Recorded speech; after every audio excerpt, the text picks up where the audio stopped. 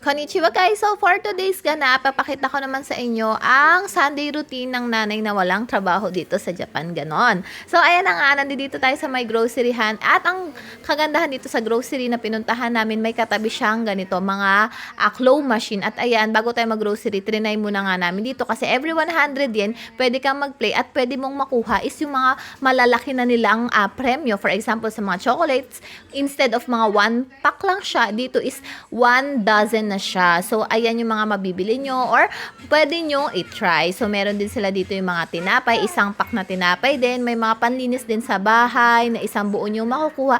And may mga tissue din dyan na isang pack mo din makukuha. Meron din sila ditong mga prutas. Meron din 1 tray of egg kapag nakuha mo nga ng maganda yung sa claw machine. At ayan na nga, meron din sila dito mga dessert. Meron din mga drinks na box ang makukuha mo kapag magaling ang pagkakagamit mo or pagkakalaro mo sa claw machine. Meron ding isang pack ng strawberry for only 100 yen. At ayun na nga, nag-try again si Papa Nox. Wala kaming nakuha guys. Bibili na kami katabi lang donkey Sakto.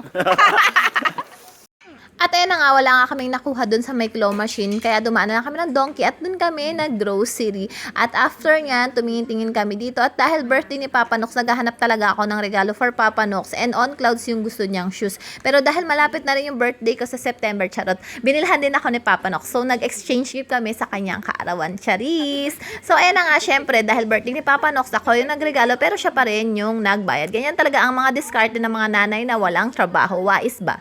So ayan, meron pa nga kaming palibre ditong nakuha na tumbler dahil kakabukas lang ng store na to. At syempre, after nga natin mamili, syempre, kahit wala tayong trabaho, is nagugutom naman tayo. Syempre, pakakainin naman tayo dito ni Papa Nox sa may tempura. Tempura kasi yung gusto ng mga bata for today. At ayan na nga, while waiting sa food, dahil kids set yung kinuha namin, pinapili sila dito ng laruan na makukuha nila. At ayan na nga, dumating na paunti-unti ang ating mga in-order na food. Itadakimasu, thank you Lord for the food. At ayan na nga, syempre, dahil wala tayong trabaho, si Papa Nox na rin yung susubo at magpapakain sa ating Ayumi-chan. Wala nga palang dessert doon sa kinainan namin restaurant. Kaya dito na lang kami kumain sa malapit na na McDonald's kasi gusto ng mga bata yung ice cream and apple pie.